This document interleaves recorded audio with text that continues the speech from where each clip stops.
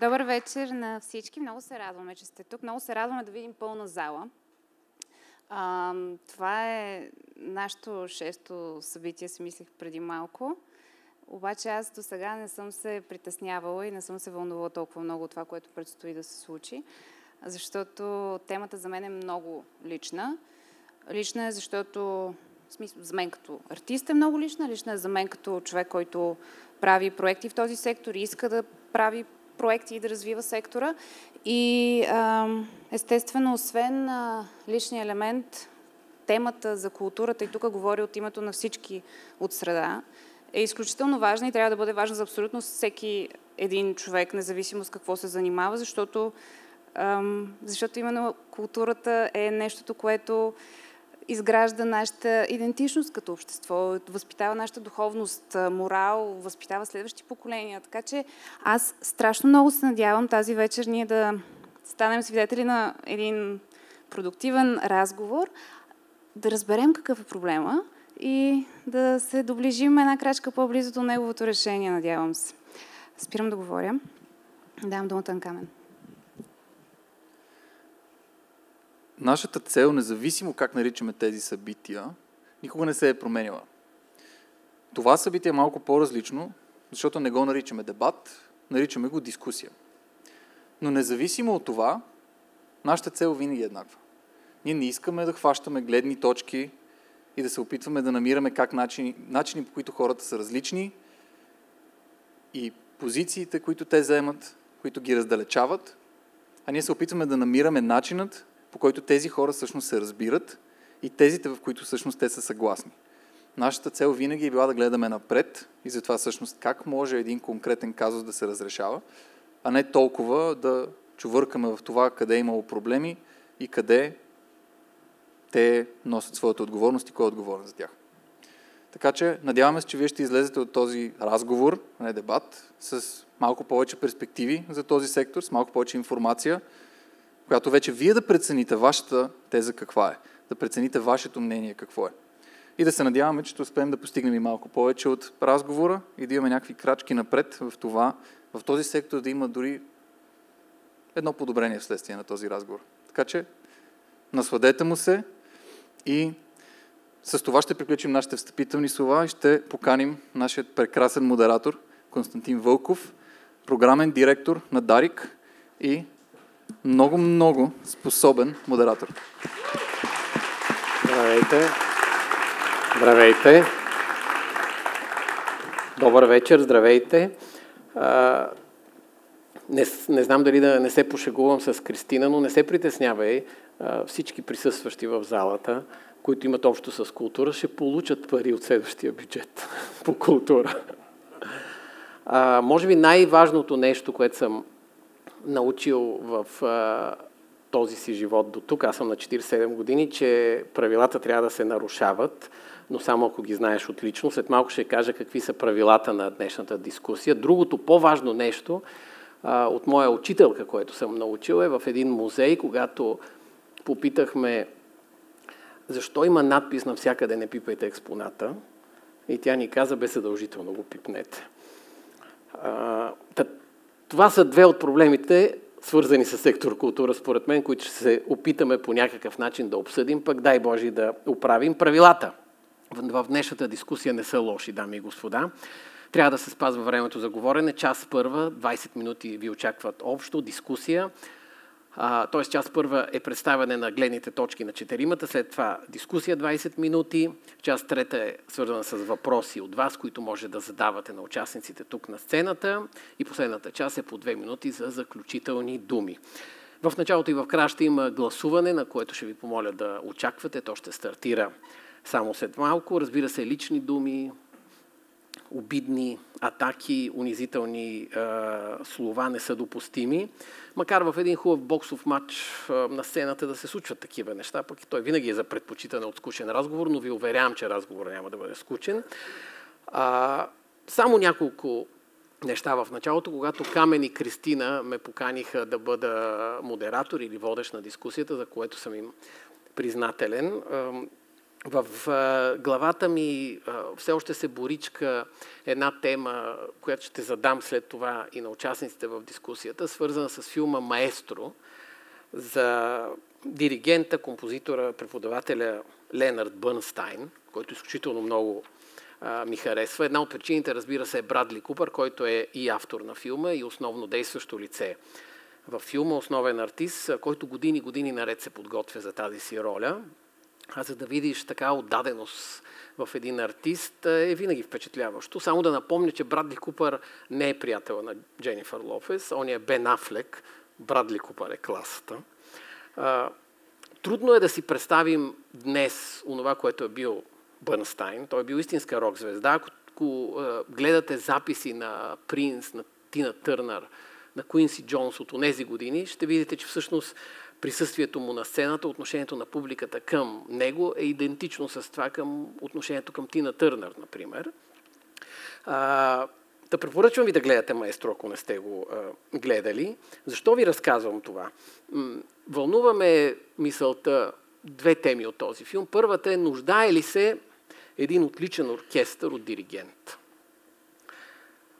Защо един брилянтен оркестър, в който има безупречни музиканти, трябва да има отпред един господин или една дама, който с палката си размахва ръце, дирижира, води, цялото му тяло вибрира, ако има коса и тя се вее наляво и надясно, но нали всеки музикант е отличен, нали пред всеки музикант има нотен лист, а на всичкото отгоре е свирил няколко пъти това, което свири пред публика, т.е. имало и репетиции. Ако махнем Ленард Бърнстайн, какво толкова ще стане? Ще се промени ли качеството на музиката? Ще спре ли да свири оркестъра? И онзи ден попаднах на едно изследване на университета в Мериленд по темата, което дава отличен отговор на този въпрос. То от миналата година. И те правят следното: на палката на диригента закачат една инфрачервена лампичка, като ето тези там.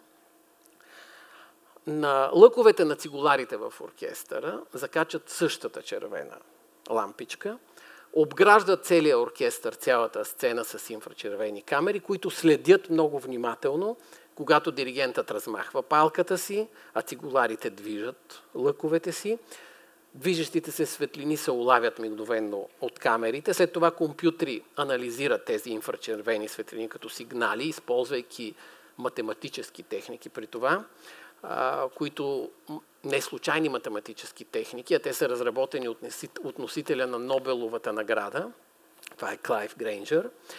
И целта е да установят дали движенията на диригента са свързани с движенията на музикантите. Демек, тяхната хипотеза е, че ако с движенията си диригентът в някакъв смисъл предвижда, изпреварва движенията на музикантите, то той ги дирижира и води. Защо ви разказвам всичко това?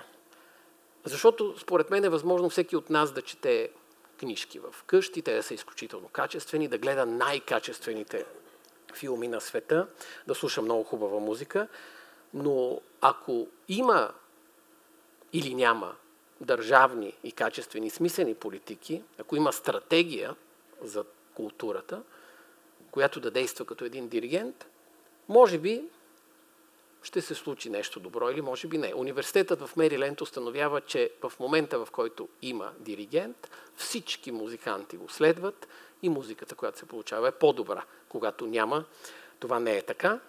Затова напред към дискусията, преди да стартираме обаче и преди да ви представя участниците, ще ми е интересно да видя вашето мнение по темата, да разберем вашето мнение по темата за днешния въпрос. То става последния начин, като сканирате QR кода, който след малко ще се появи на екрана, и гласувате за това дали парите са проблемът на културата в България, с да или с не. На екрана зад мен след малко ще се появи този QR код, който вие трябва да сканирате. Ако няма QR код, не сканирате нищо, но ако има QR код, сканирате. Имаме ли го QR кода, както се казва? Имаме го. Сканирате и след това започва гласуването.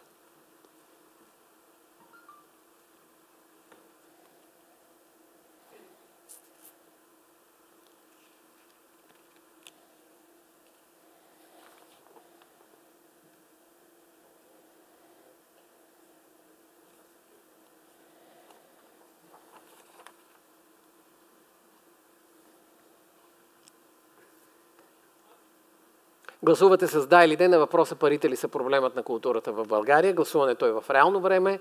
След малко, разбира се, ще видим какви са резултатите.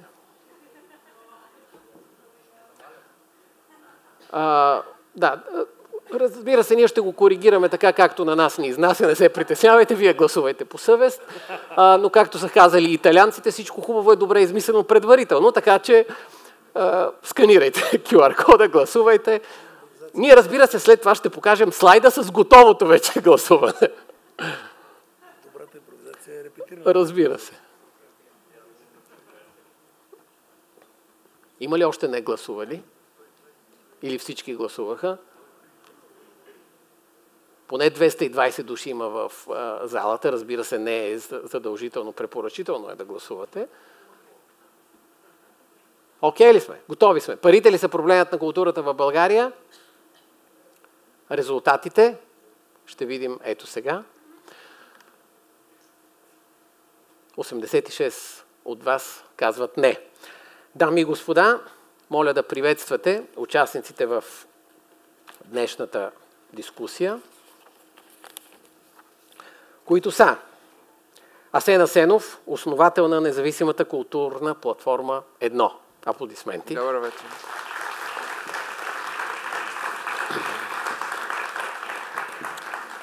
Христо Мутавчиев, председател на Съюза на българските артисти. Артистите в България.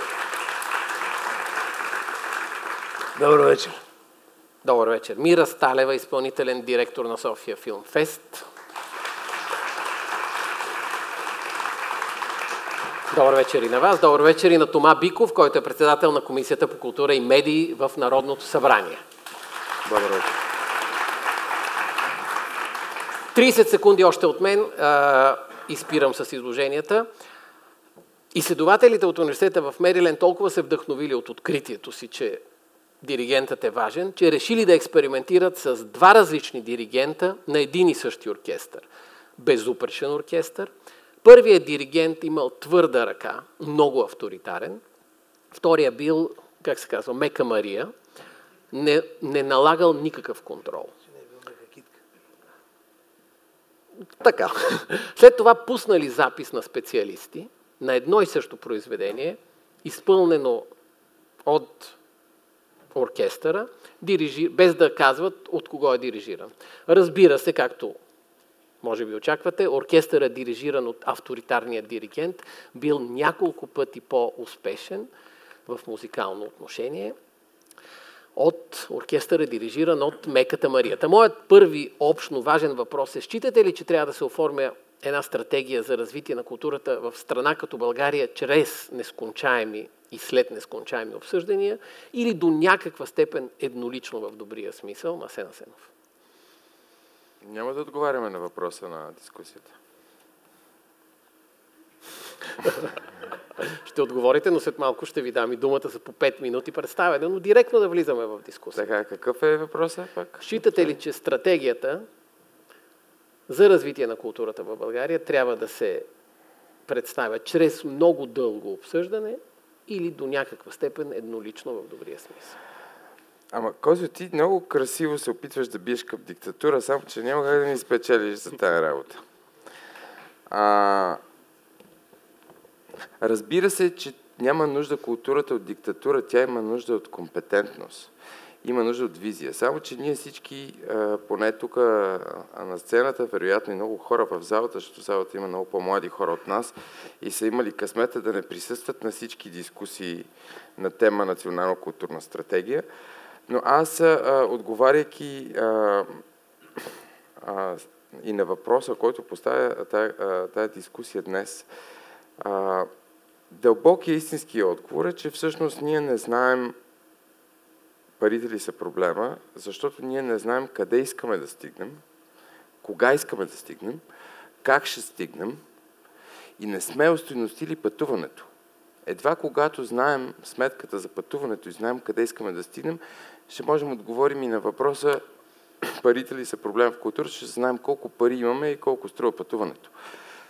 Иначе, ако говорим за ежедневието, аз съм убеден, че и независим сектор, и общински, и държавни културни институции страдат от липсата на пари. Ама проблема за това е отново липсата на тая визия за това ние всъщност като държава, не аз, ти, тя, той или някой друг, ние като общество искаме ли някъде въобще да стигнем, защото днес водим този разговор 27 години или колко станаха вече, откакто България на книга се води демокрация, и 17 години или 18, откакто България е член на Европейския съюз. И аз идвам тук, защото повече така не може. Не може. В над 90% от българските населени места единственият достъп до съвременна европейска култура, и тук винаги се налага често да правя уточнението, че българската, нека да не забравяме, също е европейска, но не може в над 90% от населените места на България днес единственият достъп до съвременна европейска култура да бъде немския супермаркет, защото това е истината. И ако ние откажем да признаем къде сме днес, няма как въобще това пътуване да започне, камо ли да правим сметка по него, камо ли да имаме отговор на въпроса парите ли са проблема в културата. Аз много се радвам на този отговор, защото истинският отговор е, че всъщност не са и че не знаем, защото ние много добре знаем, че много пари се прахосват поради липса на визия, поради безстопанственост, поради липса на компетентност, поради това, че държавата, тези системи, дето ги е наследила от комунизма, тя никога не си е задавала въпроса: ма трябва ли ни тази система? Тя така ли трябва да изглежда? Може би пък трябва нещо да помръднем в нея 27 години по-късно. Ето, давам ви пример. Всички се вълнуват кой е директор на НДК. Аз не се вълнувам. Защото тук господин Биков няма да може да ме обори. Държавата България не знае какво е това НДК. Тя му вика НДК, ние даже сме забравили, че това е абревиатурата на Национален дворец на културата, който по същество е конгресен център и е еднолично държавно дружество. Хора, културна институция може ли да бъде държавно еднолично дружество? Тоест, когато държавата не знае какво е НДК, няма значение кой е директор там и даже няма кой знае какво значение, какво прави той, защото той е на парче, това е патчворк. И докато няма визия, винаги ще бъде така. Да останем до тук, докато в началото сме в рамките на първия модул, който всъщност представя по 5 минути възможност всеки един от вас и да отговори на въпроса, на резултатите, които видяхте, и на моя първи въпрос, пък след това ще влезем в дискусия. Към вас, парите ли са проблема или липсата на стратегия? С риск да се повторя, липсата на стратегия. А няма как да има стратегия, докато няма визия.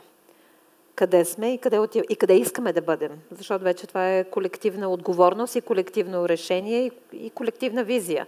Как стигаме до тази визия? Чрез експертиза.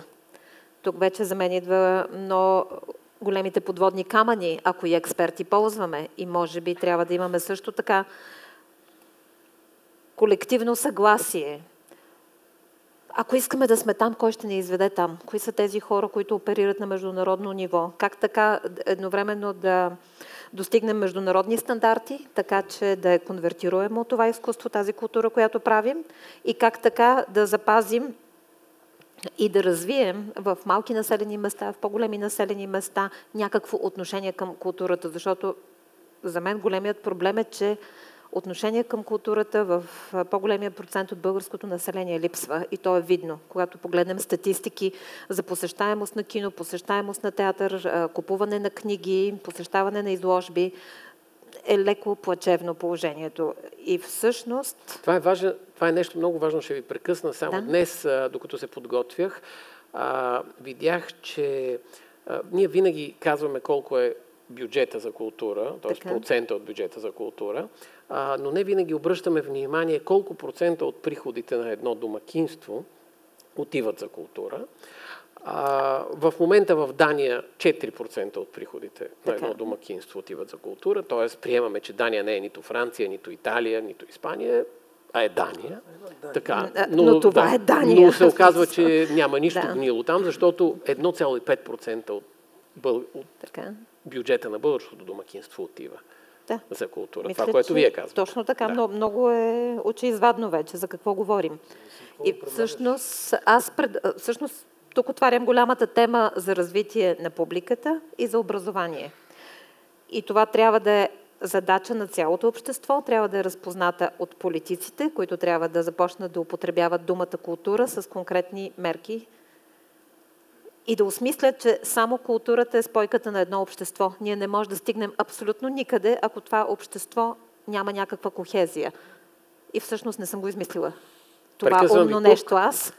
Прекъсвам ви тук за встъпителните думи и вашите, които до някъде са и въпрос от мен към вас, който повтаря въпроса към всички тук. Парите ли са проблема или липсата на стратегия? Отговор, благодаря за поканата. Аз на сцена когато съм на сцена, се чувствам леко притеснен, защото излизам заради други неща на сцената, не за дискусии. Както и да е, аз ще се повторя, защото и двамата преждеговорящи преди мен казаха много верни неща. Аз също смятам, че проблема е в визия и стратегия. Освен, че искаме да знаем, трябва да знаем къде отиваме, ние трябва да знаем и какво правим там. И за какво отиваме там. Тоест, през последните 30 години сектор култура страда от един изключителен недостиг на средства. Хроничен недостиг на средства. И мисля, че последният министър на културата, който в момента управлява това министерство, е единственият, който се радва на такъв финансов комфорт, че той не си представял, че той може да разполага с толкова средства.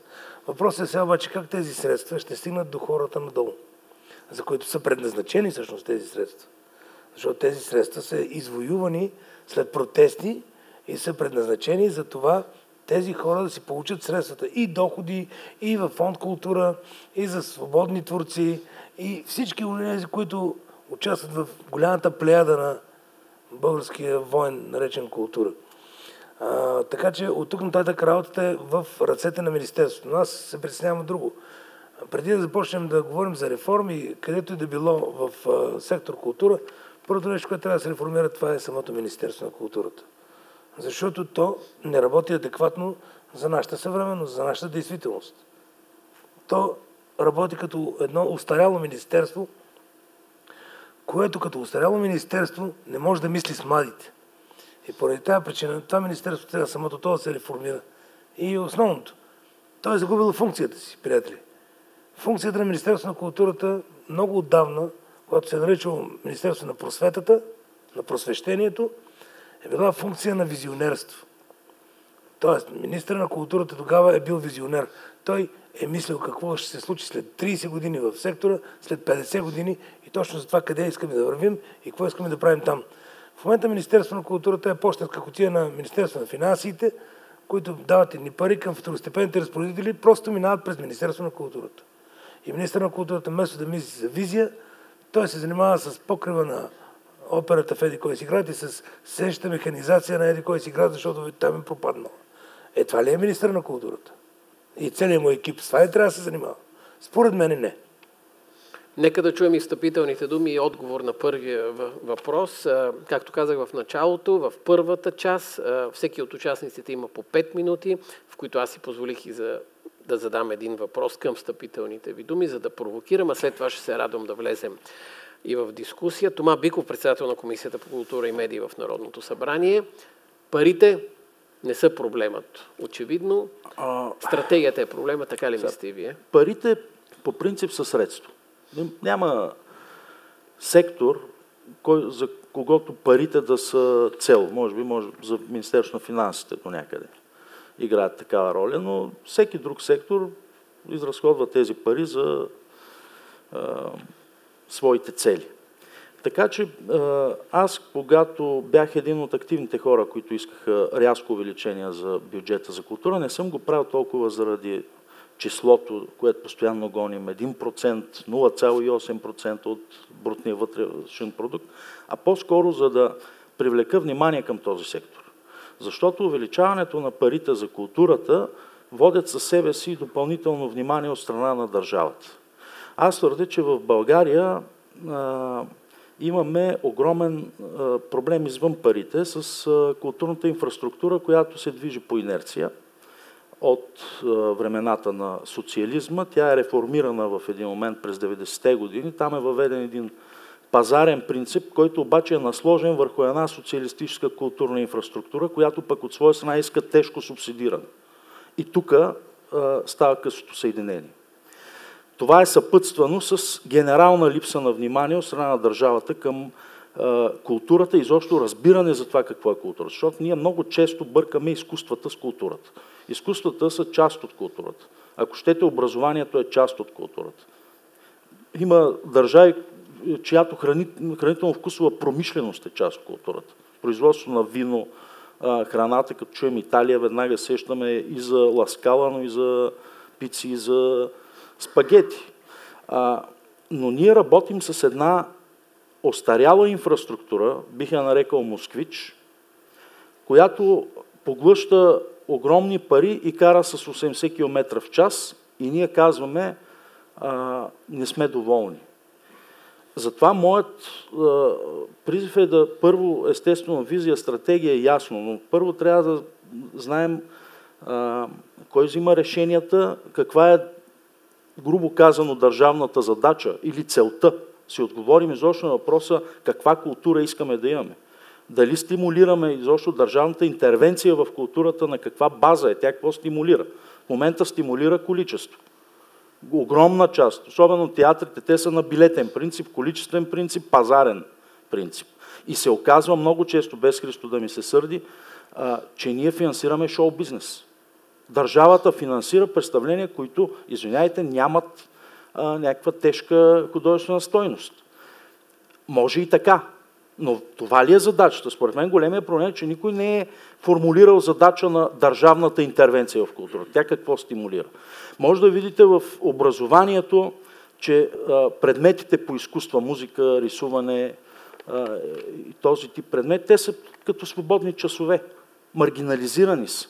Те възпитават чувствителност, възпитават отношения изобщо в детските години. Имаше идея преди време да правим културен ваучер и да им го даваме като завършат 12-ти клас.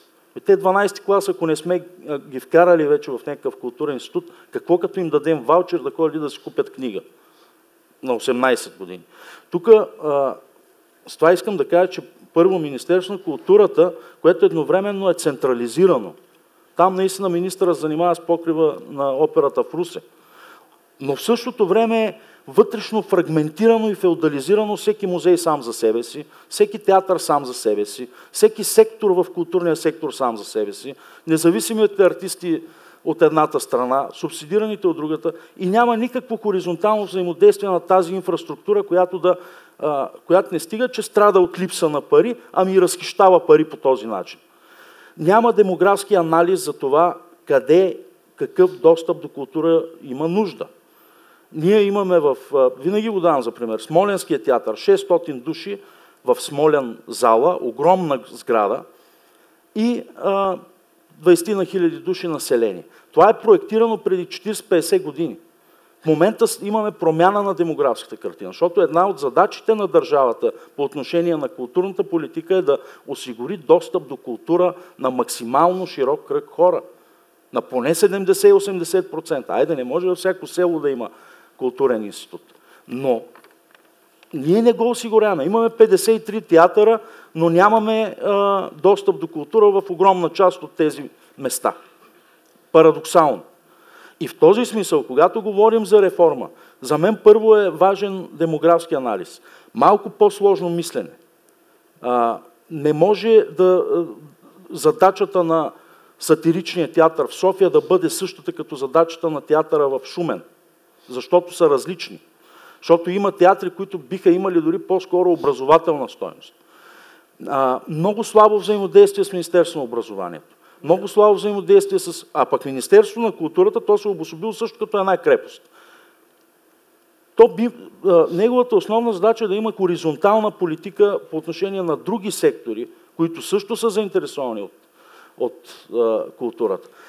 Всичко това обаче изисква по-висок административен капацитет. Ние тук каквато стратегия и визия да измислим, каквато и държавна задача да поставим, ако няма кой да я изпълни, тя няма да се случи. И ще остане само на хартия, защото аз съм присъствал на писане на маса стратегии за какви ли не работи, които отиват после в коша за буклук. Нека да преминем към втора част сега, към дискусионната част. Първият ми въпрос към вас е, все пак да изчистим темата с парите и с бюджета за култура. Какво очакват хората от сектор култура, от бюджета за култура? И допълнение към него има една критика, която понякога се появява, и тя е, че творците са прекалено финансово зависими от държавата. Асен Асенов. Аз като бив журналист знам, че какъвто и въпрос ти зададат, може да отговориш каквото си искаш. Разбира се. Но това е до третия въпрос. За това абсолютно ще кажа нещо, което ми се струва много по-важно от прекия отговор на твоя въпрос. За професионалния си опит до тук, 20 на години вече, това, което правя, съм разбрал, че няма държави с неталантливи артисти. Обаче има държави с културни политики, които успяват да създадат благодарение на културните си политики конвертируем продукт. И тогава играта става много по-лесна, защото един артист случвало се да виждам артисти, които създават спектакли с 26 копродуценти от 20 държави. Обаче накрая след името пише Гърция или Франция, пише името на държавата, от която артист. В случая ще пише България, в момента в който ние започваме да имаме артисти, които се копродуцират от още 10 европейски държави. И това е въпрос на политики. Това няма нужда да измисляме топлата вода. Тя е измислена. В Европа има достатъчно много примери за това. И в България има достатъчно много усилия, които се полагат. Ето в моята област. Аз днес имах възможност да го кажа и в БНТ. Има две институции. Едната е тази, другата е независима и частна Дарида в София. Трета сме ние. Има още няколко фестивала, има и в София много активен фестивал с платформа и така нататък. Тоест, има много хора, които опитват да бутат този процес. Обаче, когато няма държава и администрация, която да е припознала този процес и да го подкрепя. Под каква форма? Искате ли да знаете под каква форма присъства държавата в държавата Белгия, когато става дума за танц? Ако става дума за голяма танцова компания, тя получава структурно финансиране за период от 3 години до 1 милион евро. В България Национален фонд култура даже не разбра какво е тая работа структурно финансиране, що той иска да се правят проекти за нещо, което е структурно финансиране. А то означава следното. Организацията получава подкрепа, за да може да има счетоводство, да може да си плаща адвоката, ако се наложи да съди Национален фонд култура. Сега няма с какво да съди Национален фонд култура. И да може да упражнява дейностите си. Защото когато проблема... 2020 година са върнати 51 милиона, 2021 23 милиона, 2022 сега започвам да говоря на диалект след малко. Защото това е скандално. Това е ясното доказателство, че липсва експертиза, защото не можеш да дадеш на калпак 100 милиона и след това се окаже, че се върнати 70.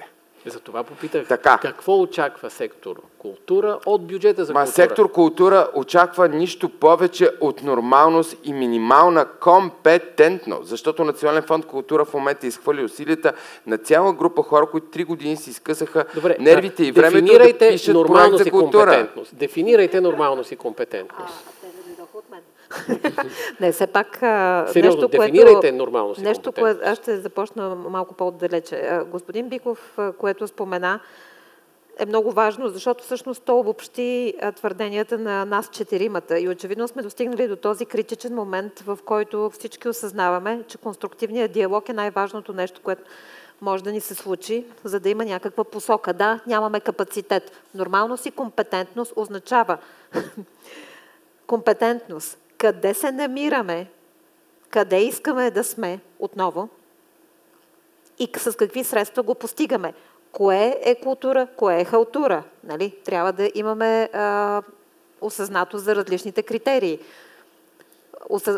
Нормалност и компетентност е какво има нужда в театъра в Смолян и какво има нужда театъра в София. Нормалност и компетентност е защо само в София има няколко артхаус кина, а в другите, в преобладаващата част от България няма. Пловдив, Варна и Бургас имат по едно, Русе няма. Русе, огромен град. А кой да каже къде искаме да отидем? Кой да каже? Експертиза. Визията, която очертава къде сме къде искаме да отидем, с какви средства и как всички да се Не, това обединим. наистина е много важно. Кой да точно каже... така. И аз го започнах още първия път. Експерти, които всъщност имат опит и в международни проекти, които знаят как се случват нещата, защото няма нужда да откриваме топлата вода наново. И просто трябва да има едно разпознаване и обединение на тези експерти. Къде работят тези експерти? В смисъл? Къде? В кои структури? Да, в кои структури работят? Те са независими според мен. Те не са в структурите, защото само Тоест, човек, те не който... са в министерството? Не, те не са в министерството. Според мен, министерството трябва да има един консултантски орган, който събира тези експерти. Има за закваска сега, не е съвсем да няма. За закваска още има, според мен. Но не, тези експерти никога не са институционални. Нека да не правим грешка. И всъщност много държави дори понякога канят експерти от друга държава, за да им помогнат да структурират себе си. Защото, аз ви питам, разберете ме правилно, казвате, не знаем къде отиваме. Кой казва къде отиваме? Ето, аз за това казах, че ще е трудна преценката за експерти, но има... Мога ли да отговоря на този въпрос?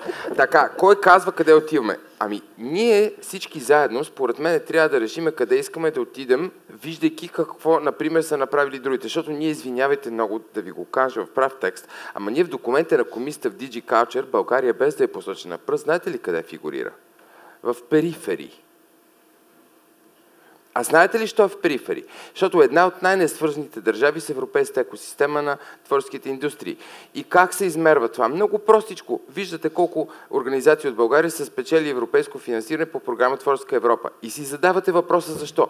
Ами не е защото организациите в България не стават и са глупави, а защото допреди 3 години България нямаше инструмент за съфинансиране. А сега, когато има инструмент за съфинансиране автоматично, мога да ви кажа, че проектите, които уж имат автоматично съфинансиране, една година получават финансиране, другата година не получават. Защото Националния фонд култура е станал на криво. Христо Мотовчев. Аз така и не разбрах кой да каже каква да е стратегията за развитие на културата в България. Това е като въпроса, когато си задахме въпроса при актуализиране на методиката по отношение на финансиране на театъра, говорейки за това, че наистина започнаха да произвеждат много развлекателни спектакли и така нататък.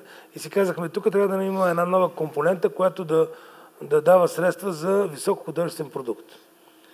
И веднага се задахме въпроса, кой ще определи кое е високо художествен продукт?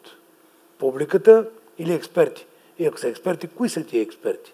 Така че отговор на този въпрос няма. Аз не смятам, че няма. Аз също Тома Биков, нека да чуем и Тома Биков. Тома Биков. Аз с риск да ви скандализирам, ще ви кажа, че решенията би трябвало да се взимат така, както се взимат навсякъде, където има държавна политика.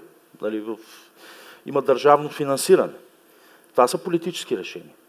И е факт, че експерти, хора, които да имат консултативна функция, дори да изработят определени документи, трябва да със сигурност да бъдат взаимодействия, но отговорността и решението трябва да се вземе от министъра на културата за тези неща, а не за покрива в Русенската опера. За тези неща. Къде отиваме, как отиваме. Да, може да се вземат и грешни решения. Никой не е... Сигурно няма светец скоро да стане министър на културата, но... Това е тезата, че трябва Министерството на културата да се занимава с малко по-друг вид работа. Но със сигурност това е работата на министъра на културата, разбира се, не само негова. И в парламента, но това е политическо решение. Така, това е вашият отговор. Искам да попитам пак Асенов, кой да начертае къде да отиде България? Конкретно кой? Ама ти постоянно... това е ключов въпрос. Към диктатурка много те влече. Не към диктатурка, ако искаш, кажете 200 души. Моето лично мнение е, че в Европа има достатъчно експерти, които тази работа са е работили. Има експерти, които са правили политиките на Съюза. Има експерти, които са канени международно. Хората в останалата част на Европа не се страхуват да поканят някой, който разбира нищо, че не от тяхта националност има друг паспорт. Това не е важно отдавна. От чужбина, към Министерството на културата аз искам да ви работят хора. попитам нещо просто. Вие познавате ли един човек, може би някой тук познава, може би в залата някой познава, който да познава, например, политиките на всичките 27 членки на Съюза в областта на културата и какви успехи те са пожънали с тези си политики? Защото това е базата. Ние трябва да видим ние къде сме, защото ние даже не знаем какво произвеждаме, кой го произвежда, кога го произвежда. Това, което е произведено, отишло ли е някъде? Примерно, аз искам да попитам от всичките пари, които Национален фонд култура похарчи по COVID мерките, които бяха извоювани от също някакви активисти-идиоти, защото нямаше да ги има. От тези пари, от тази инвестиция, супер, че се случи. Какви са следствията? Някой измери ли? Колко съдържание отиде на кои европейски сцени, кога? Аз обаче не разбрах каква да е стратегията, която липсва. Изначално не беше формулирано те защо се дават. Ние сега се чудим, защо така е станало. Когато ние не сме поставили цел за някакви пари, самите хора в сектора нямат вина в това отношение, защото ние им казваме, давайте, правете нещо и те правят нещо. После викаме, защо така става. Те по 4000 лева. Не, аз наистина не разбрах каква да е стратегията. Мисля, че трябва да влезем в малко по-конкретни детайли, а не просто еди кой си в еди къде си е направил. Аз ще ви дам пример. Една точка стратегията е простичка. Българската публика след 17 години членство в Европейски съюз да разбере какво е това европейска култура, защото тя е виждала само немски супермаркет Бакосио. И световна. Не само европейска. Нека да говорим за световна. И FBET в Смолян. Европейска и световна. Това първо. Второ, пак да стигнем до темата, че държави с неталантливи артисти няма. Има държави с неталантливи политики в културата или с липсващи политики. И в момента, добре, в който така ще питам, коя е най-голямата несправедливост в сектор култура относно стратегията и бъдещето напред, която трябва да се поправи? Абсолютното подценяване на темата култура от политическата класа в България без изключение. Съжалявам да го кажа. Без изключение. Защото тези липси доведоха до такива безумни политически проекти в България, които са ужасяващи. Те са, от моя гледна точка, са заплаха за демокрацията. Но това е следствие на липсващата култура и на това, че достъпът е този. И от друга страна, инструменти елементарни, те са ясни. Те са измислени, няма нужда да ги дискутираме. Как талантливите артисти да бъдат подкрепени така, че България да спре да изнася. Няма нищо лошо в това, но ние не може 30 години да изнасяме мистерията на българските гласове и тракисто злато. Точка. Не можем. Ние като общество не можем да си го позволим. Просто е срамно. Не можем да оставим това на хората след нас. На тези млади хора, които Национален фонд култура сега им е забранил да кандидатстват по документите, които са разписани по плана за възстановяване. Що бе? Нали идеята беше всички да произведат съдържание и да видим какво може сцената, за да може темата да нямахме пари, затова не направихме. Всички да имат пари, всички да направят и да видим от всичкото направено какво става. И това не можем да направим. Има ли чужд пример, който наистина би работил конкретен? Само искам да кажа нещо, което е свързано и ще дойде и до чуждия пример, той е свързан отговора ми. В киното нещата са много по-специфични, разбира се. Всъщност българското кино пътува и присъства на всички най-големи и престижни форуми. Факт. Може би не случайно Българския национален филмов център е структурата, която се отделя в 90-те от Министерство на културата и решава да премине от сигурната заплата на проектен принцип. Нали, това, което е практиката в цяла Европа. И да, има много добри чужди примери. Има примери как се изнася инструмента за финансиране на кино, примерно като Tax Incentives, създава се структура, Българска филмова комисия, как така ние слагаме каруцата пред коня. Няма как да работи едно такова нещо. Ирландия, например, ще дам, защото това е първото, което ми минава през главата. Когато Ирландия е в голяма криза, какво правят? Правят един обществен съвет, политически, и решават какво искаме да направим, къде искаме да сме. Искаме ирландците да не напускат Ирландия, искаме да имаме култура.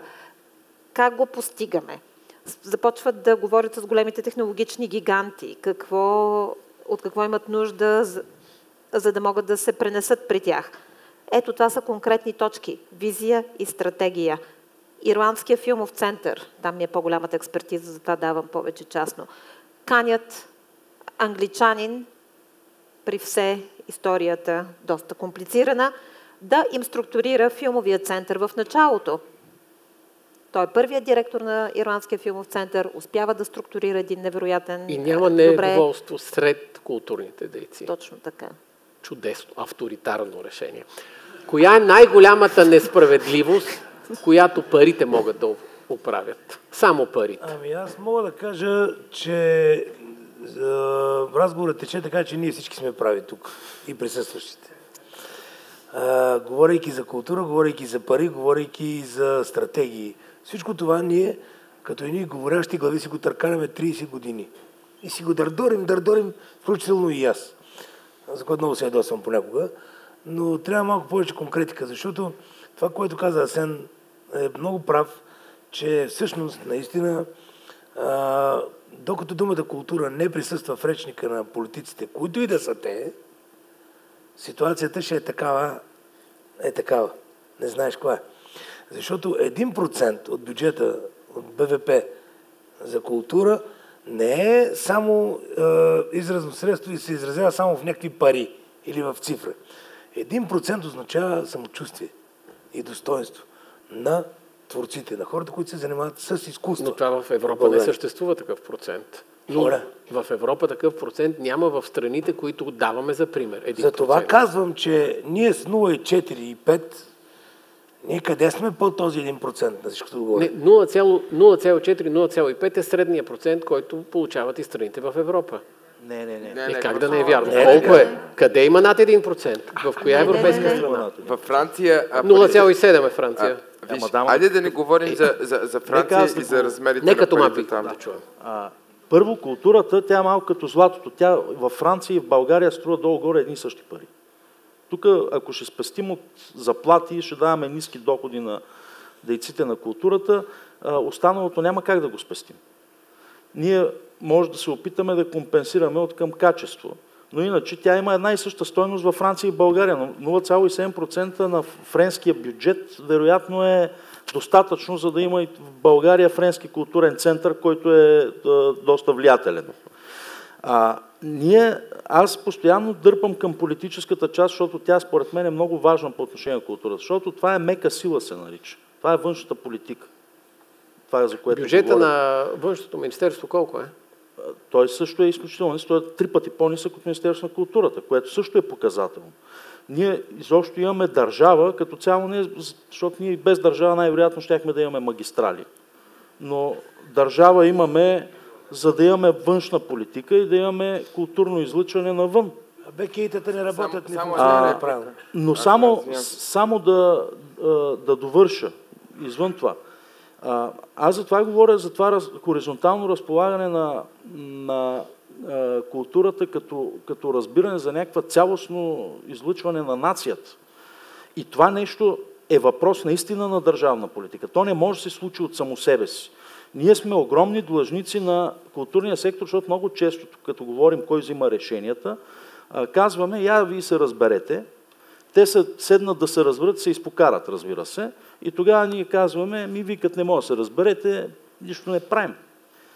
Това не е добре. И тук вината не е на културния сектор, който сам помежду си не може да се разбере, на този криво разбран демократичен принцип, в който те си правят правилата, те си ги спазват и после те се самооценяват. Напротив, виждам все повече, и колко повече говоря с хора, едно желание да бъдат поставени някакви рамки, да се каже, искаме от вас това, това и това. И те ще го направят по много добър начин, аз съм абсолютно сигурен, защото имаме такива хора. Просто самите те ще започнат да работят по-добре. Но ние това лесното е, вие се разберете, ние сме демократи. Само за последен път ще се опитам да ви провокирам. Само едно изречение за авторитаризма. Да. Авторитаризма не може да компенсира липсата на авторитет. Това трябва да го знаем. Защото трябва да има първо авторитет, авторитаризма ще дойде от само себе си след това. Липсата на културни натрупвания и културния пласт в една държава е последното нещо, което не бихме обсъждали и не бих защитавал, но все пак искам да ви провокирам за нещо, защото виждам, че за него се говори, като стана дума за Франция. Франция е много лесен пример за изчисление, защото е 67 милиона, сега проверих, срещу 6,7 милиона нашето население. Бюджета за култура във Франция в момента е 4,2 милиарда евро. 67 милиона, 4,2 милиарда евро. Това е 62 евро на глава от населението. Нашият бюджет е 77 евро на глава от населението.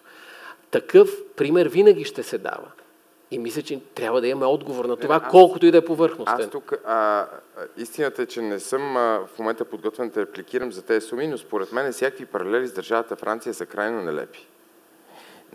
Просто това е абсурдно въобще да си мислим за паралели с Франция или с Белгия, или това са държавите с едни от най-силните развити културни политики на планетата.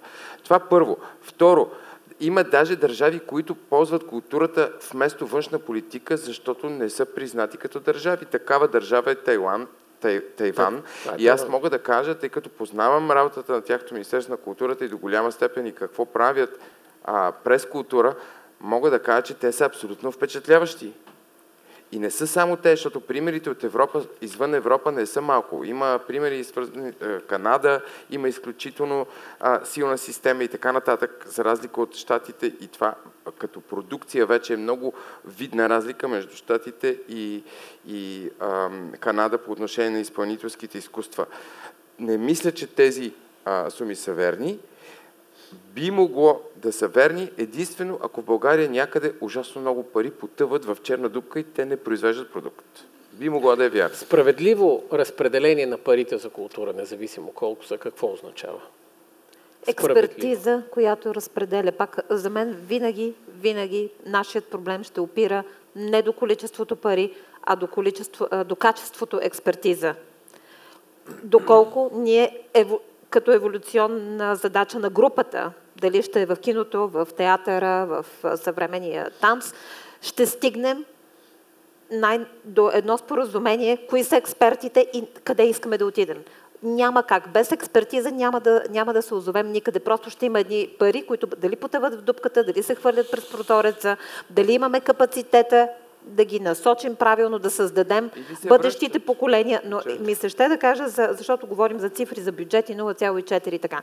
България, да, не може да я сравняваме с Франция, наистина седим на много различни плоскости. Само че има други примери. Въвличане на частния бизнес с работещи поощрения и алтернативни фондове, като лотарията в UK, например. Голяма част от културата в UK се идва от отчисления от лотария. Абсолютно. Правят се големи филми, скъпи продукции, комерциални. Така че защо не помислим за това? Все още в България не е влезнало в закона даже отчисляване на VOD платформи, VOD на български платформи за гледане на филми и на другите рекламоносители, които прекъсват телевизии, прекъсват VOD платформи, нали, когато гледаш съдържание, но те не дават нищо към Национален филмов център. Няма също така никакъв друг фонд за отчисления. Защо? Разбирам, няма закон, който да дава възможността на частни компании, които инвестират в култура, да получават данъчни облегчения, както е в много държави от третия свят. Точно така. Привличане на даже не в Европа. Приобщаване. И това вече е законодателна рамка, защото си казваме... Ето за това питах едно решение. Нека да чуем това, Бико. Това е в ръцете на законодателния орган. Както и закона за меценатите. Той ги гони. Преди да дадем думата на публиката, последни... Защото трябва да се впише в регистър. Факт е, че частният сектор със сигурност трябва да бъде привлечен. Закона за меценатството е много стар и той е практически на хартия, но не е въпрос само на меценатство. Извън закона, ние трябва да направим културата престижно занимание, за да могат сами. А в закона за меценатството е написано, че ако даваш пари за култура, не трябва да се рекламираш. Не знам кой го е измислил този текст. Не може да ти напишат на брошурата на театъра, че представлението ти се спонсорира от тези си. Господин Биков, как да направим престижно занимание в културата? Като един млад завършващ академията или която и да е друга академия, отива да работи в Кърджали на заплата 1200 лева и той казва, аз няма ги дам тези пари в Кърджали, аз предпочитам да си живея в София, да не работя, майка ми и баща ще ме гледат. Тоест, ние започваме тези хора да ги губим. ако не се увеличат доходите на хората, работещи в сектора. Сега, на мен много ми се иска парите за сектор сценични дейности да не е 50 милиона или 70, а да е вече 120-150 милиона, за да може да увеличим доходите на хората наистина. Но преди малко ти зададе въпроса, правилно са разпределени. Няма справедливост в този свят. Няма. Не, те трябва да бъдат ефективно. Ако аз кажа, ние сме доволни, защото нашия сектор вече има 120 милиона, киното ще кажат, ние не сме доволни, защото нашия сектор има 15 милиона. Които последния път професор Миников взел от тези 19 милиона взе от киното, за да ги даде, да запълни дупки в сектор сценични изкуства и така запълни дупки, че накрая върна и 50 милиона капиталови разходи. Последен въпрос към вас и думата на публиката. Казват, че театър е огледало на обществото. Ако наистина е така, ние приемаме, че е така, на коя театрална постановка ви приличва случващото се в момента? Или поне на какъв тип театрална постановка? Не е на моноспектакъл със сигурност. На мен прилича на македонска драматургия. Имаше една мама. Тежка македонска сватба. Време за въпроси от публиката. Прилича. Николай Серафимов се казвам. От Пловдив специално пристигнах. Мюзиколен театър Пловдив. Става въпрос, че нека да дам пример, че държавата е едно семейство. За мен къде е проблема най-вече? Имаме школа по танци, занимаваме се с спектакли, създаваме, с нощи даже имахме спектакъл. Проблема е в децата. Културата трябва да почне оттам. Значи, ако родителите още от само начало не започнат да подготвят децата си в тая насока, няма как да се постигнат резултатите, които всички сме тръгнали на някъде си. Едно семейство си учи детето да ходи на училище, на курсове, само и само да достигне до една цел, която те се е набелязали. Държавата няма такава цел децата да бъдат добре подготвени в сектор култура и образование. Разминаването сектор култура и образование тотално е сринато. Работя с деца от първи клас до 19, 20, 30 и 40 годишни хора. Сблъскваме се с тоталния проблем за незаинтересуваност на децата от културните институции. Какво имам предвид? Образованието защо се разминава с културата? На учителите не им е разрешено да организират децата да ходят по спектакли. Много е трудно, а би трябвало до една степен да бъде задължително. Някои деца не знаят къде се намират тия културни сгради, театър, синдикален, културен дом. Не го знаят. Не го знаят хората. Сериозно, децата са леш. Леш е. Само го казвам. Давам брошура за спектакъл. Заповядайте. Това сме над 30 души. Станции, мултимедия, всичко си. Не ма интересува. Защо? Ето ще ви покажа на телефона. Не, ако е за чалга, кажете. Идвам. Какво да кажем? Та въпросът ни е, какво ще направите вие от правителството, тия деца да получат добро образование, защото имам куп познати учители, жена ми също е учител, на тях им казват, няма значение, пишете им 3 да минават. Те не са ходили някой по 6 месеца на училище, те получават тройка, за да отидат в по-горен клас. Аз не знам един човек, едно дете да е повторило клас. Заради това, защото не си е взел изпитите по времето на неговото, примерно, 8-7 клас и така нататък. Аз, като оправя културата, ще тръгна да оправим образованието. Да освобождавам и други народи. Но сега въпросът е резонен, той е структурен по отношение на взаимодействието между образованието и културата. Ние затова имаме нашия проблем в образованието, даже не е толкова свързан с знанията на децата, с това, че постоянно се поставя въпроса, образованието възпитава ли или не възпитава. Това интуитивно се поставя този въпрос. Всъщност този въпрос е симптом за това, че липсва културата в образованието, липсва интелигентност. И образованието става само информираност. И ние произвеждаме информирани хора в някакъв немалък процент, но имаме проблем с интелигентността, с начина на общуване. Това вече после създава житейски проблеми. Дори да си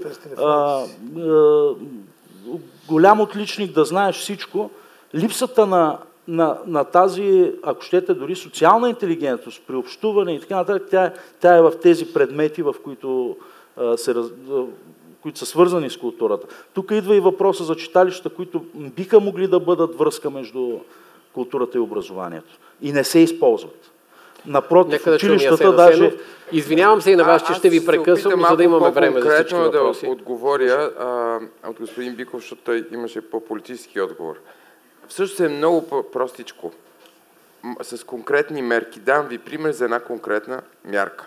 Например, нищо не пречи на Национален фонд култура още тази година да обяви програма, в която да подкрепя създаване на съдържание за деца или показване на европейско съдържание, произведено някъде другаде извън България и в България да подкрепя създаване, така че в рамките на следващите 2 години ние да сме в състояние да предложим атрактивно за децата съдържание. Аз съм напълно съгласен с вас. Проблема не е от сега и той вече е много стар и ние сме свидетели на неговата най-гротескна фаза. Следващият въпрос, благодаря.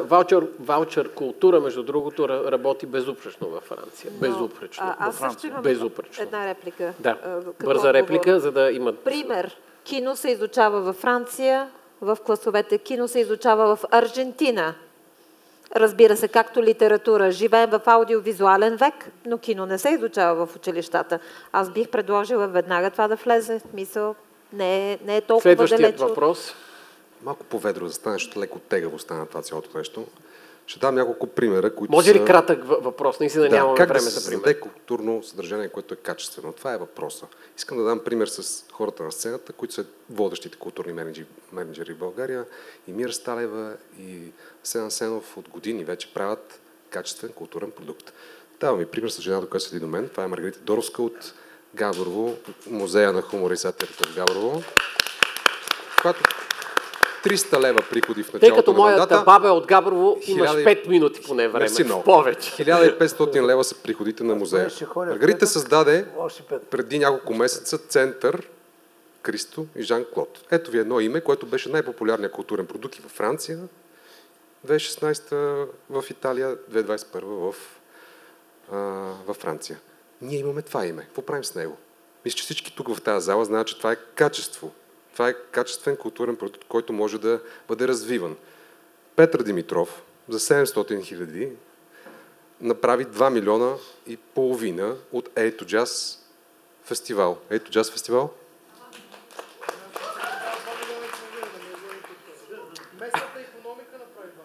Когато разберем, че културата не е окраса, не е просто нещо за забавление, нещо, което е свързано с изкуство, ни кара да се чувстваме добре, а културата е двигател на икономиката, тогава този разговор, този дебат няма да има смисъл или просто си говорим в кабинет. Разбирам. Примерът е чудесен, защото отношението към Христо Явашев в България е същото като Марина Абрамович в съседна Сърбия, но там всички защитиха Марина Абрамович, това, което правителството направи по авторитарен начин, с еднолично решение за случването на ретроспективната изложба на Марина Абрамович. Тук никой не защити Христо Явашев, освен Габров.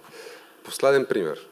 Пловдив 2019. За 2 години. Инвестицията е 25 милиона за инфраструктура и за съдържание, разбира се. Как да се създава качествено културно съдържание? Извинявам се. Как да се създава качествено културно съдържание? С качествени хора. Първо. С качествен продукт. Второ. И с ясна цел. Какво искаш да види, какъв свят искаш да види този продукт? Защото ако правиш спектакъл за износ извън България, той ще има някаква друга мисия, друга посока на мислене, други пари ще са вложени в него и с различен екип от хора ще се прави. Ако правиш продукт, за да го играеш, да го изкараш на театрална сцена, обаче после да уръшкаш спортните зали, Бургас, Варна и тара, за да можеш да вземеш приходи, и откам да ти се качи и субсидията, и театъра ти да цъфне, това е съвсем различно нещо. Следващият въпрос. Имам реплика. Да. Експертиза. Много ми се ще отново да повторя тази дума. Няма как иначе. Кой ще разпознае таланта, ще разбере от какво има нужда да го полее, с какво да го полее, къде да го изпрати, какви структури да създаде. Атанас Маев се казвам и представлявам сцена Дерида, една от сцените, които позволява срещата между независимите артисти и техните публики. В България има в общи линии 5 такива сцени, които правят това, и 53 театри, мисля, че казахте, господин Биков. И понеже тук на няколко пъти използвахме икономическа терминология като конвертируемост, пазар на културата, потребление, искам да кажа по какъв начин тези 5 сцени могат да се конкурират и да дават възможност на всички тези артисти, които отиват на свободния пазар, да срещат техните публики. И доколко този пазар е изкривен и кое го изкривява, и до каква степен напрежението между държавни културни институти и частните инфраструктури, които липсват при всичко, не само частни, държавните, москвичите, до каква степен те могат да си партнират, а не да се конкурират. Защото преди една седмица Министерството пускаше по 5 поста на ден, как се срещат с синдикатите и абсолютно всички играчи, и там отсъстваха независимите културни оператори. А всяка една година те растат, защото излизащите от висшите учебни заведения, в смисъл няма къде да отидат, има щатни бройки, за съжаление, ако умре някой възрастен артист, да отиде на негово място, някой от студентите, който е завършват над 250 в сценични изкуства само. Тук идва въпросът, защо този пазар е изкривен и как може артистът, който е кандидатствал за публично финансиране, минал е валидиране през комисия, която е казала, че този продукт носи стойност, той да се конкурира с театър, който няма activity report и не се знае точно какво произвежда, при все, че в България 52% от населението през 2022 година спрямо MarketLinks не са посетили нито едно... Разбирам ви, нека да чуем отговорите. Тома Биков. Аз съм много съгласен с тази тема и ще ви кажа, че първо аз съм много далеч от мисълта, че ние може да произведем масова, качествена култура на пазарен принцип. Даже някои колеги в парламента ми казват, че съм комунист по тая линия. Но аз ще продължавам да го твърдя. Конкуренция между така наречения независим сектор и държавните културни институти за мен е един от най-големите проблеми на културата. И тук не може да има... Каква е тая конкуренция? На какъв принцип се конкурират? Кой е по-хубав? Там трябва държавата не може, и на предишния въпрос, не може да произведе държавата качествена култура. Това може да го направят хората, които произвеждат култура. А държавата може да им създаде условия. И тук е много важно държавата да създаде условия за взаимодействие между независимия сектор и държавно субсидирания сектор, както и в рамките дори на самия държавно субсидиран сектор, където всеки си е в неговия град, в неговия музей или в неговия театър и не пуска никой да припари до там и да направи нещо. Наско може, докато не е реформирана системата и докато ние не сме преосмислили въобще тази система, трябва ли ни в този вид и каква част от нея ни трябва, и какви добавки ни трябват, и какво трябва да промениме, то така ще си бъде. Така че без структурни промени няма как да се случи тази промяна. И за никаква конкуренция не може да става дума, защото как Гергана Димитрова като независима организация, като създаде спектакъл, ще има, да кажем, веню, тук, защото са и ко-продуцент, ще го покаже 2 пъти. Ами след това този спектакъл къде се играе? Никъде. Защото той къде да се играе? То няма инфраструктура. Закопчана е инфраструктурата в 52 държавни театъра, които имат свои трупи и ако живееш в Сливен, не виждаш нищо друго, освен трупата на Сливенския театър. Какво съдържание от Дания, Белгия, Холандия, те не са го сънували тези хора за 30 години. И ние реално имаме 2 опции. Или да дубрираме... Само да довърша. Не са 52 театъра. 52 са силищите културни институти. Прав си. 52 са общо с оперите и с куклите театри. 31 са театрите в България, държавните структури. Благодаря ти за бележката, прав си. Така или иначе, това, което ние като държава може да направим, ако искаме да доставим съвременно българско и европейско културно съдържание, поне в областните градове, те са 27 или 28, ние имаме 2 опции. Или да дублираме инфраструктурата, т.е. държавата да построи изневиделица 27 театъра, при положение, че не е построила за 27 години нито един. Така. Или другото, да осмислим въобще начина, по който съществуват тези институции и да видим как в крайна сметка ние ще отговорим на това, което публиката очаква, защото ние винаги говорим за себе си. И ние забравихме, че цялото това нещо, дето го работим, в крайна сметка е за публиките. А пък те публики нямат достъп. И ние даже не го забелязахме 27 години. Как стана тая работа? 27, 28 въпроса, ако може да зададем. Да. Здравейте, казвам се Александра Койчева и съм актриса и барман тук в Топоцентрала. Много ми е приятно. Част от отговора на въпроса, който щях да задам, беше отговорен, така че няма да се повтарям. Записала съм си няколко теми, които ме жегнаха по време на дискусията. Първо искам да кажа, че много се радвам, че вибрираме на една честота и че в общи линии сме се събрали хора, които имаме сходна визия за това какво би следвало да е. Да, нормално е да няма отговори, но все пак питането е важно. Част от въпросите, които съм си записала е защо е разединен културния сектор, в смисъл такъв. Ние в момента основно говорихме за сценични, визуални изкуства, свързани основно с актьорска, режисьорска и така нататък дейност, но аз виждам едно разединение между артистите генерално, като млад артист, просто няма симбиоза между отделните сектори. Това е единия въпрос. Другия въпрос е как да стане елитно изкуството, като е жадно за бройки.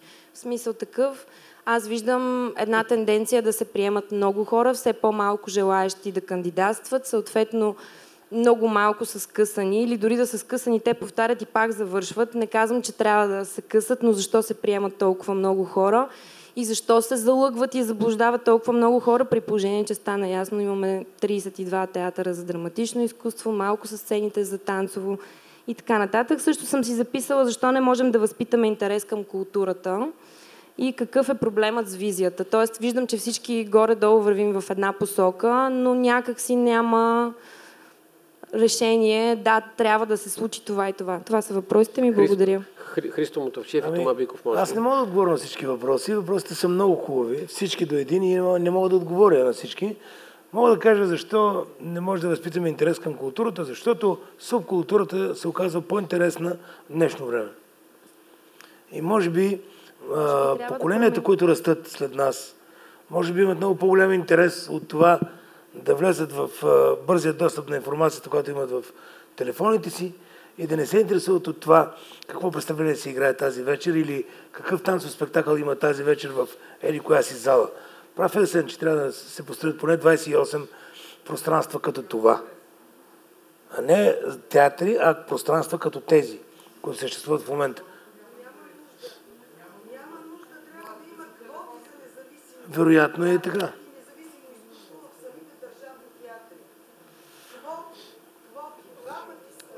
Аз, доколкото знам, имаше такъв разговор вече, започнаха такъв вид преговори в Министерството на културата по времето на Боил Банов, да се обединят независимия сектор с зависимия, нали? Които са държавни структури и да намерят общия език с споразумение как да работят така. Това е интересен въпрос. Може ли всички кратко да отговорите? Какво мислите за квотният принцип в конкретния пример, да речем? Това не е ново.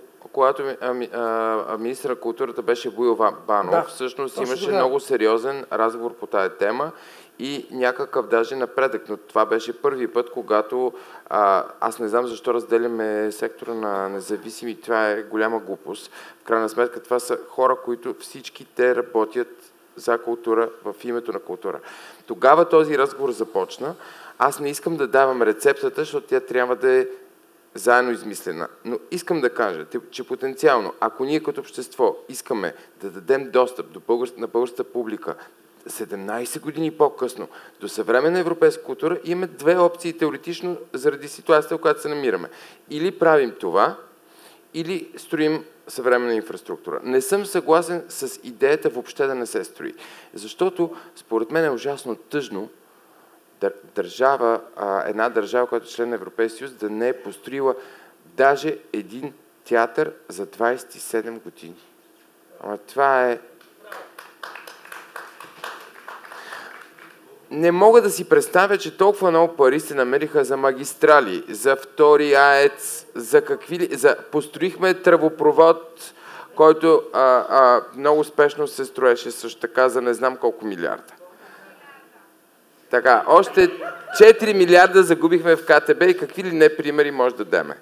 Отказвам да повярвам, че държавата България, с скромния бюджет, който има, бидейки най-бедната, най-корумпираната и така, не е в състояние за 3 десетилетия да построи една съвременна зала, мултифункционална, ама не като колодрумите, а истински мултифункционална зала за култура, която да отговаря на съвременните изисквания. Първото такова нещо е по Централа.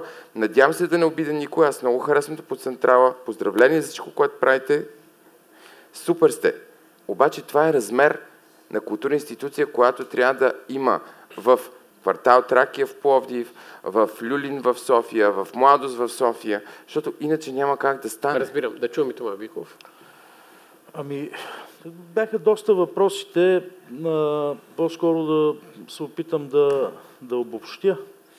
Съгласен съм, че зала трябва да се построи. Аз даже имам една идея за там, където сега е паметника на Съветската армия, там е имало проект за Царски дворец.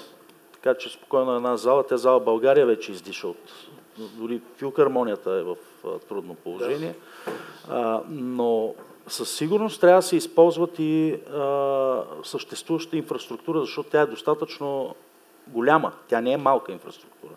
И спокойно там аз лично също ще се ангажирам с това, да продължи този разговор, за да разберем, че ние живеем в една държава, в крайна сметка. Не сме на различни планети, зависимия сектор, независимия сектор. То са и едни и същи хора, в крайна сметка, накрая се оказва. Да. Защото част са, ту са в зависимия, ту са в независимия. Проекти.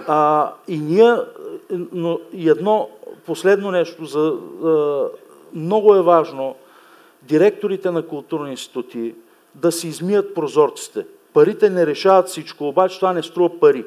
Да се изчистят дворчето. Първо да се сперат предета в Министерски съвет, господин Биков, защото не са правили от времето, когато аз бях журналист това също е преди 30 години. Точно така, да. Марлящината е такъв огромен проблем. За мен това е най-фундаменталният проблем не само на българската култура, на цялото. За да не стигаме до портретите в кабинетите на всички власти имащи. Аз имам какво да кажа обаче. Да, за портретите... Тъй като въпроса ви завърши с това и какво ще направим от всичко това. И всъщност, и това би бил и моя въпрос, на края на този разговор ще си тръгнем все едно, че пак сме си поговорили много интересно на темата култура, пари и кой е проблема.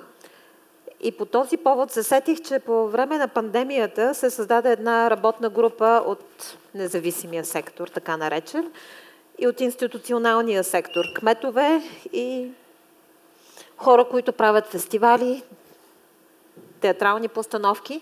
И всъщност тази тотално неформална група успя първо да изработи едногодишната програма, а след това да вкара в плана за възстановяване културата като тема с конкретен проект.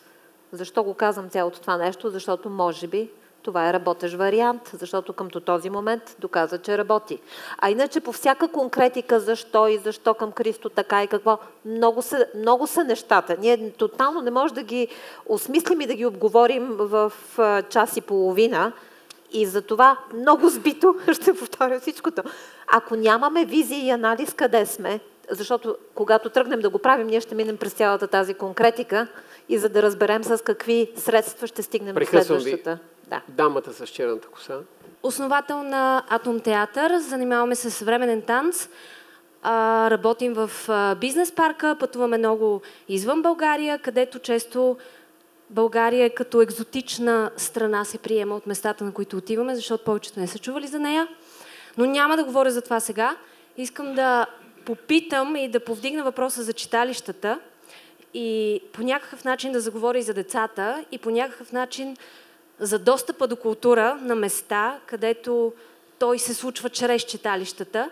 Да попитам кой държи ключовете за читалищата, защо те са непрекъснато заключени и до кога, говоря масово, в българските села и по-точно и частно, ще говоря за селото, в което аз работих, село Воден, Ямболска област, Червената област, както я наричат. И до кога ще има едни такива раздавания на пари на читалища, без да има отчети за това каква дейност вършат, До кога ще им бъдат затварени вратите заради това, че ромските деца искат да влизат там и да се учат? И до кога ще бъде толкова трудно на хора, които, като мен, например, и мои колеги, които се опитват да внесат безплатно културно съдържание, да работят с децата и да ги учат как да си мият ръцете и как да натиснат едно копче в тоалетната, което е един бутон, който пуска вода, която те не са виждали в домовете си. До кога тези читалища ще бъдат заключени и ще получават пари, за да получи касиерката пари, която държи ключовете и ги предава на кметския наместник? Благодаря. Не, той проблема с читалищата е много симптоматичен изобщо за политиката по отношение на културата, защото там няма... никой не съобразява кое читалище къде и каква му е функцията. Едно е читалището в центъра на София, друго е читалището в село Воден. Те имат различни функции. Само, че всички са на калпак. Защо са на калпак? Защото е лесно за администрацията. Защото ние правим така, че на администрацията да е лесно. Защото няма какво да го мислиш. Пускаш му там делегираните бройки и да правят каквото искат. И по този, а те са над 3000 читалища. Факт, от тях една немалка част работи, друга част има изцяло социална функция. В някое село с възрастни хора, читалището е място, къде да се съберат възрастните хора. Не може да изискаме от тях някакъв невероятен културен продукт. Но това трябва да се, и трябва да се отвори също и закона за читалищата, включително и правилника, тези читалища се категоризират. Това важи за театрите. Да знаем къде какво стимулираме. Вие като отидете в село Воден, да ви съдейства читалището, пък и ако щете и държавата. Но то в момента е равнопоставено на всички останали читалища и ние всеки да прави каквото реши. И някои правят, други не правят. 60 секунди от Асен и след това ще направим два въпроса Камен. Аз искам да ти благодаря, Стефания, че повдигаш този въпрос. Лично за мен това е много важна тема, по която аз, например, имам много малко информация, за съжаление, но има твърде много въпросителни около начина, по който се финансират и разпределят парите на читалищата, ако ме питаш мен, на въпроси до кога, докато направим тая работа с пътуването, решиме къде искаме да стигнем и кога ще го направим. Това е въпросната културна стратегия, която са ни обещавали поне 7-8 правителства до момента. Така че всички като чуем вече за тая работа и настръхваме, но ако не го направим, няма да може да решиме и този проблем с читалищата. Добре, процедираме последният начин. Два въпроса от тази страна и два въпроса от тази. Янина Танева, Фабрика за идеи. Читалищата. Първо искам да питам господин Биков, вие сте единствения представител в момента на действащ политика, говорите често така абстрахирайки се от българската политика, с една здравословна дистанция. Покажете ми, казахте преди малко как правим политики. Как правим политики по отношение на културата? Какво седи за това? Искам, моля ви, аз ви взема така. Какво седи за това? Как правим политики за култура? Следващият Не, въпрос. секунда. Това, което липсва... Моля ви. Да. Това, което Министерството на културата от 2008 година липсва, е отдел за изследвания, за данни. Вие говорите за анализи, за стратегии. Ние нямаме никакви данни. Мисля, каква посока, какви 5 лева? Няма програми за взаимодействие с университети. Има страшно много изследователски звена, които изобщо не се използват. Така че да започнем от там. Номер 2 за читалищата носи изния. Това е една много дълга тема. Предлагам една отделна на среда, да направим една отделна тема само за това. Читалищата са най-старата структура, наследена от Възраждането, най-демократичната. Това, че в момента има какво да се оправя там е факт. Ние да говорим срещу всички читалища, защото едно не работи, е много, много, много опасно.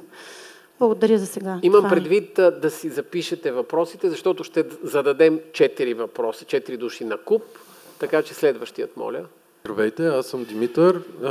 Тъй като съм дизайнер, не мога да кажа, че съм точно в сферата на културата, но много искам да разясним едно нещо. Имам чувството, че или отбягваме един от големите проблеми на българската култура, или просто не го зачитаме, а именно това е чалгаризацията на България.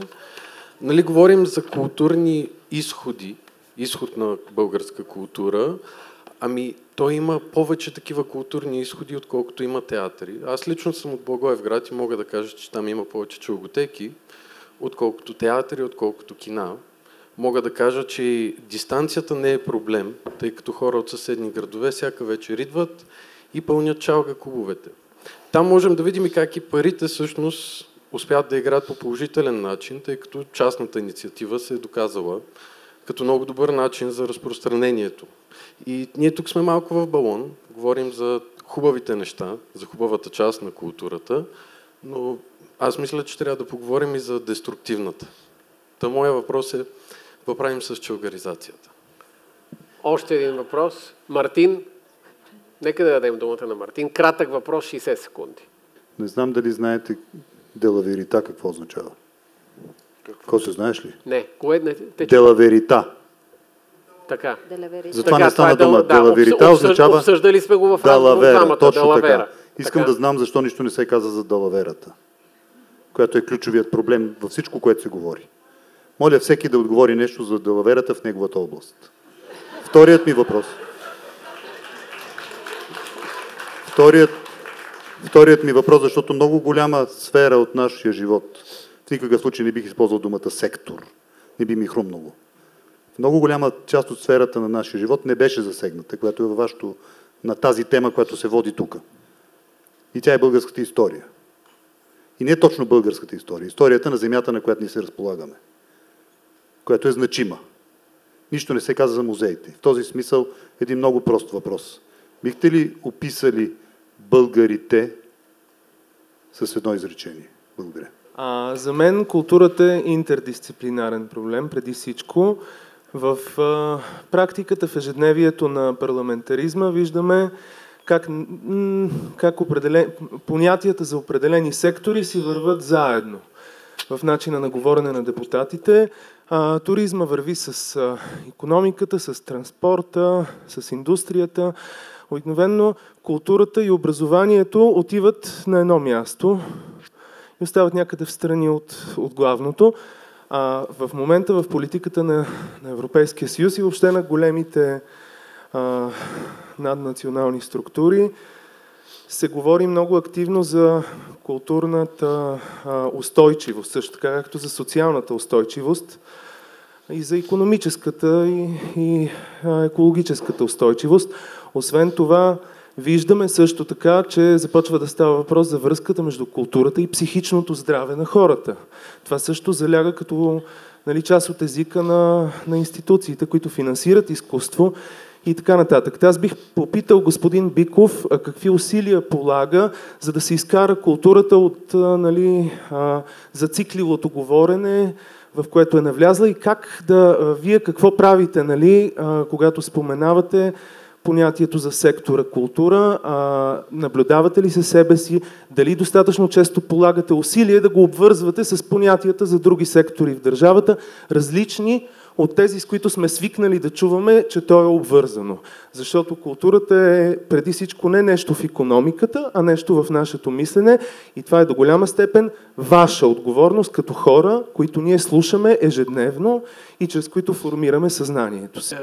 Липсата на данни беше първият въпрос, а може и на последния да отговори. Аз, доколко съм информиран, в новия устройствен правилник на Министерството на културата ще има такъв отдел, аналитичен.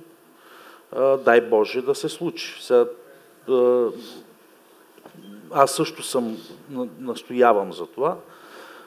Надявам се, че след около месец това ще бъде факт. Разбира се, той докато се структурира, пак няма да стане бързо.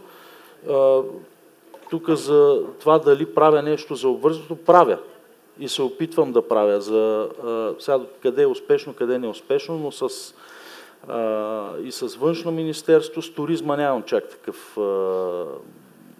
диалог. Просто не мога да насмогна. Но с образованието работим много добре с Краси Вълчев като председател на Комисията по образование.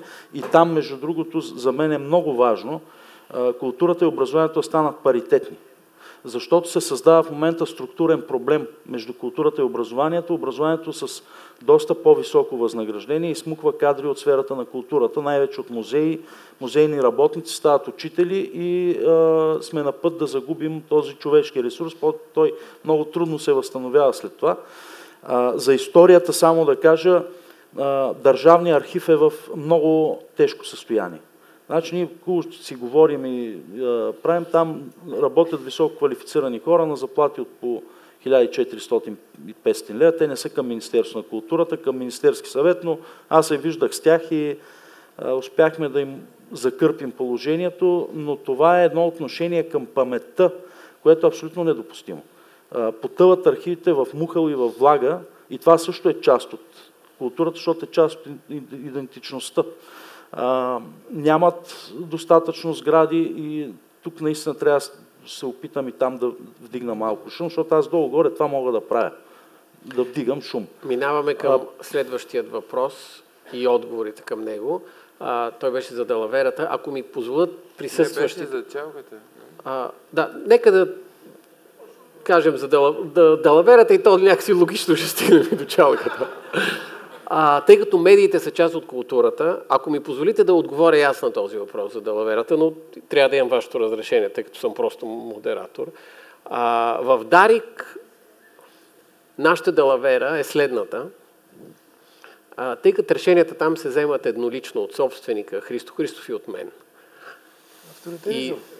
Пълен авторитаризъм. И ние, например, не даваме думата на някои политически формации, защото мислим, че няма с какво да допринесат за дебата обществения. Вярваме, че гледната точка е само една, както лъжата, например, но има само една гледна точка. И това дали е лъжа или не е, така истината. Има само една гледна точка. И нашата далавера е, че надявам се, че ни слушат такива хора, като присъстващи в залата. Така че далаверата има и друг израз, според мен. Не е задължително да е отрицателен.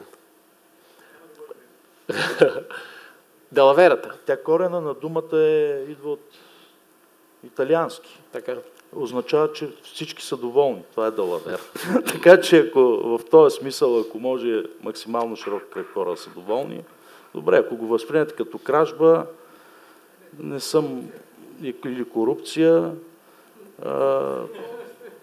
може да ми проверите, мога да отговарям за себе си само и мога да отговоря директно. Проверете ми имотното състояние, има го в интернет, ще видите колко съм откраднал.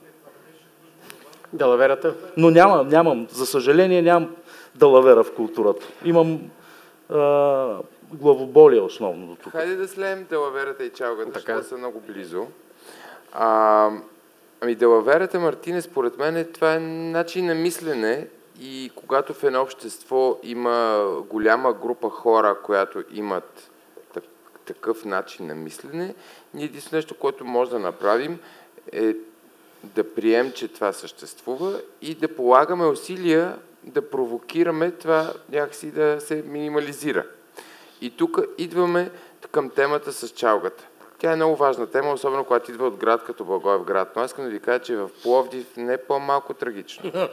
И единственият начин да реагираме на това е не като забраним чалгата или я хейтим или каквото и не трябва нищо да правим с нея. Всеки има право на съществуване и на изява. Но ние можем да създаваме важни, силни антидотове на чалгата. И ви дам конкретни примери, за да не звучи просто като бла-бла-бла. Вие в Благоевград имахте един фестивал франкофони, който за съжаление загубихте. Ама това са 2 дена в годината.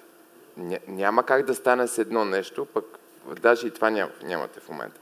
Но ето Jazz Festival в София е един много важен антидот на чалгата, защото този фестивал показа, че може джаз да събира хиляди хора на поляна. И това нещо показва, че всъщност интересът се формира, той се създава. Ама как се създава? С качественото съдържание, защото той води всяка година едни от най-важните имена на световната джаз сцена. Той показва качествено съдържание и то привлича хората. И когато някой успее през час да събере хиляди хора на една поляна в центъра на един град, може би трябва да получи някаква специална подкрепа, ако случайно някой забележи, че той се е справил. Но ние не обичаме да забелязваме хората, които се справят. И това е един от големите ни проблеми, защото такива неща, такива антидотове има и във Велико Търново през това, което прави там като независима организация. Модел в Габрово е тотално различен, защото пък там има един изключително съвременен, модерен кмет, който модернизира институциите и имаше капацитета да покани компетентни хора, като Марги Доровска, да рънват те институции в Габрово. И за това в Габрово има идеи, има кипеж, има неща, въпреки малкото население. Тъй като на спортен език, как се казва, времето ни притиска. Това, което казва Асен, е много вярно по отношение на чалката. Аз преди време гледах едно интервю на големия български музикант Васил Найденов, който разказваше за себе си, живота си и каза, когато се появи чалката, започнах да се боря срещу чалката. Да се боря срещу чалката, да я псувам, да я мачкам, да се опитам да я изхвърля от клубовете, където аз свирех. В един момент си казах, ти нормален ли си, бе, Василе? Не се занимай с нея, бе. Просто прави по-хубава музика. Тя така сама ще умре. Това, което каза Асен, е абсолютно верно. Ние трябва да създаваме по-качествен продукт. И чалката ще си намери своите не толкова претенциозни от към култура, към желание за култура зрители и в един момент нещата просто ще се отделят. Те трябва да съществуват. Всичко трябва да съществува на този свят. Щом има слънце, значи трябва да съществува и чалга. Други въпрос е кой е случва. Да. Липсата на данни, далавера и чалга. Тя не е само обобщение на тези липсата на данни за управление на културата, чалга и далавера. Най-много да ги вкараш Google. Липсата на данни, да, много сериозен въпрос и всъщност сега, като сме седнали тук, за това казах, трябва да излезем с нещо конкретно като стъпки за в бъдеще, иначе пак ще е поредния разговор. Нямаме ли данни, ние не можем да направим анализ. Така че очевидно е много важна част, но ми се ще за далаверата и за чалгата, че ми стана много интересно. Аз казах по-рано, за мен е развитие на публиката. Това никога не пада и така отгоре. И няма как публиката на чалгата изведнъж просто като види по-качествения продукт да го разпознае и да скочи, да се премести. Това нещо изисква много време, изисква работа в училища, образование, подготовка на учители, също така, които да могат да го поемат това нещо, не просто програми. Качествен продукт, който да бъде лансиран и от медиите. Нека да сложим и главната роля на медиите, които много интересно, но в повечето случаи за големи културни български успехи са мълчаливи и гледат предимно жълтото. Това е моето наблюдение. Факт. Така, за далаверата. Далаверата от визия и стратегия и предвижване, някакси да направим тейк-оф, да се отлепим, е за всички. Това е културата на нашето отношение. Това е културата на децата, които ще правят култура утре. Това е как си общуваме. Всъщност това залога е много висока, защото културата, за която говорим, наистина засяга ежедневните ни отношения и как се отнасяме към историята също така. Но далаверата в личен план като културни оператори, нека да го кажа, това всъщност е изключително много години работа на мускули.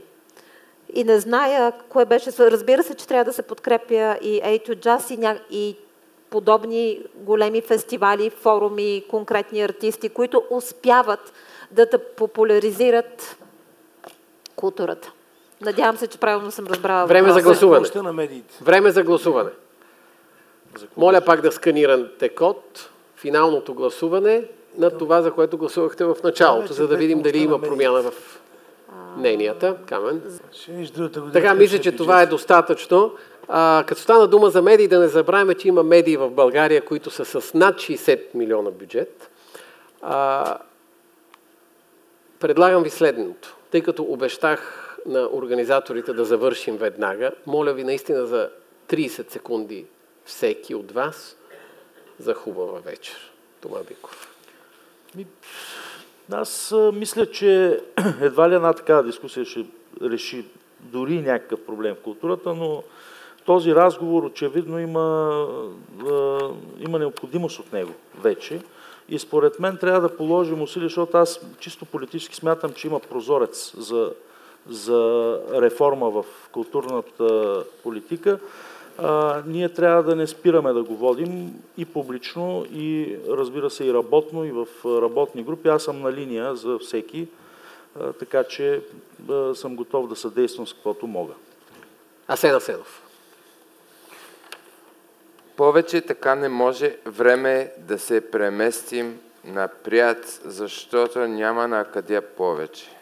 Това е моето мнение. Аз не мога да повярвам, че ние не успяхме за толкова много време да помръднем поне 1/4 от помръдването, което направиха държави като Литва, като Чехия в областта на културните си политики, защото ние вече сме ужасно изостанали от държавите от Централна и Източна Европа, мили хора, и това би трябвало всички нас като общество да ни притеснява много. Следващия път ще ви субтитрирам, когато преправите гласа си. Мира Сталева.